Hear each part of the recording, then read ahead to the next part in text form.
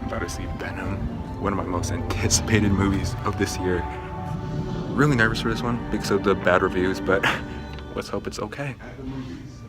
Next time, get here early so you don't miss exclusive content. Thanks for joining us.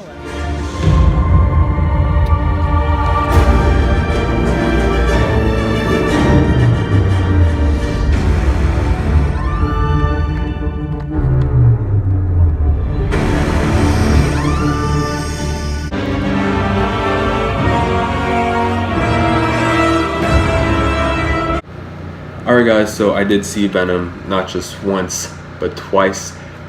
First time in IMAX, second time in 3D.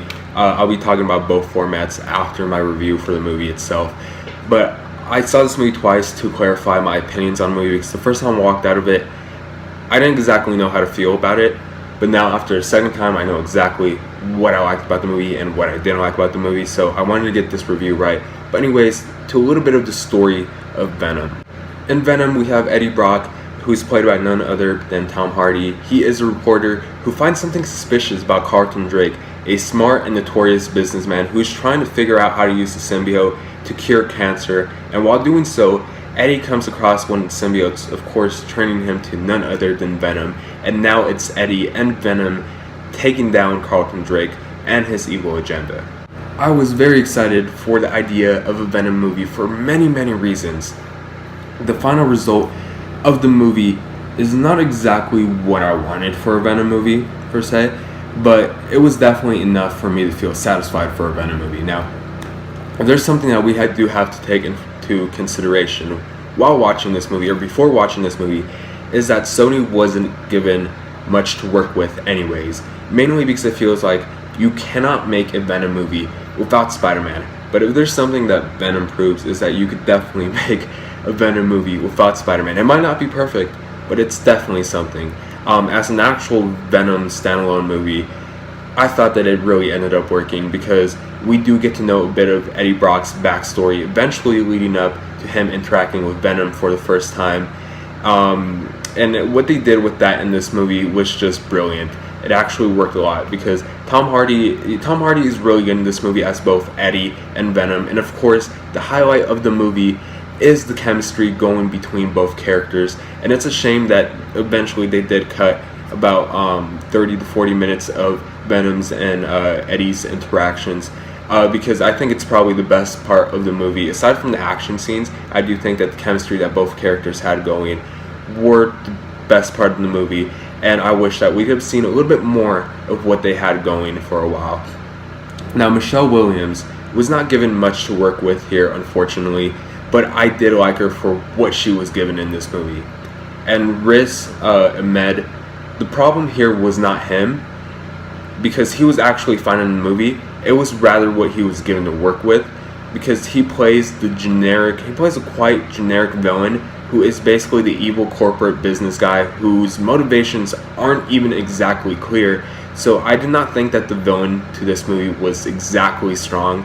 I don't exactly think he's too terrible of a villain, but I just didn't think he was that great of a villain either.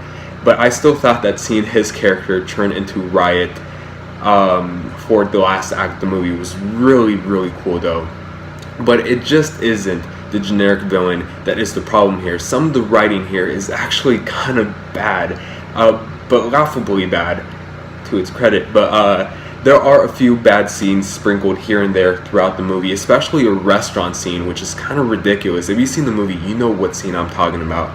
And also, you can tell that Tom Hardy was not messing with us when he did say that they cut 30 to 40 minutes from the movie. Again, because some of the editing was kind of wonky. You know, it just feels like there are some scenes. It just feels like you already know when they cut a scene from the movie, and because some of the editing isn't all that great. And not only that, but the movie without any end credits is 95 minutes long, which is an hour and a half long, an hour 35 minutes long.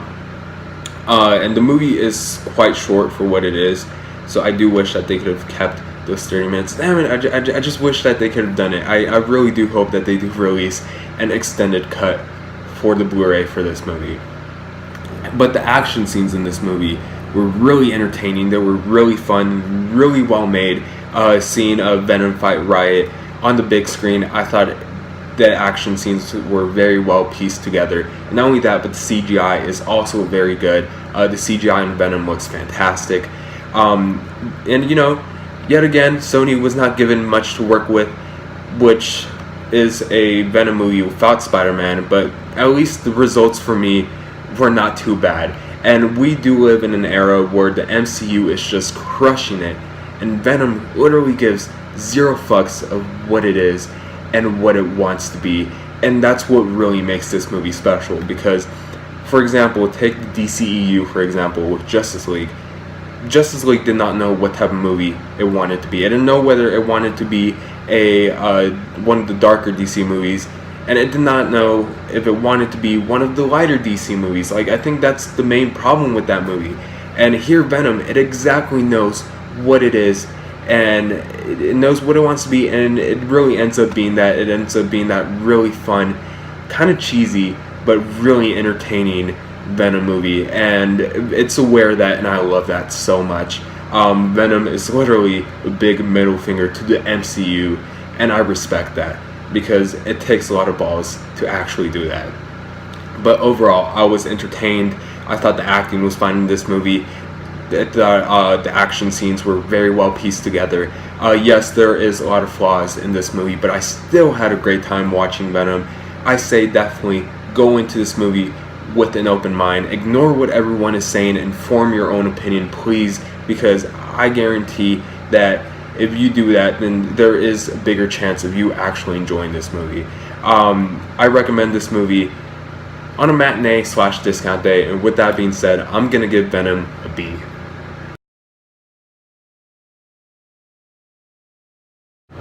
Now, by the time this video is out, I don't think that this movie will be playing in IMAX theaters anymore, but I did have a fun time watching this movie in IMAX. But you know, I do recommend watching this movie with some great surround sound. It's something like Dolby Atmos, which I think is going to be a very effective experience. It's going to be expanding to more Dolby cinemas within the next week, so I do recommend watching this movie in possibly a Dolby theater, or you know, a Dolby cinema. And the 3D was okay in this movie. There are some scenes that work, and there are some scenes that are just absolutely flat in 3D.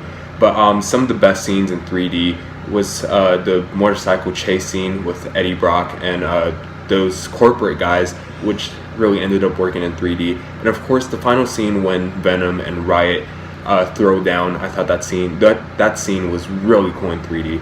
But overall, you could watch this movie in standard and you'll still have a great time. But anyways, have you guys seen Venom? I'm very curious to find out what you guys actually thought about this movie. Please let me know in the comment section down below. I'm interested to know what you guys thought about this movie. As always, thank you so much for watching. Please like and subscribe, and I'll see you guys later. Bye.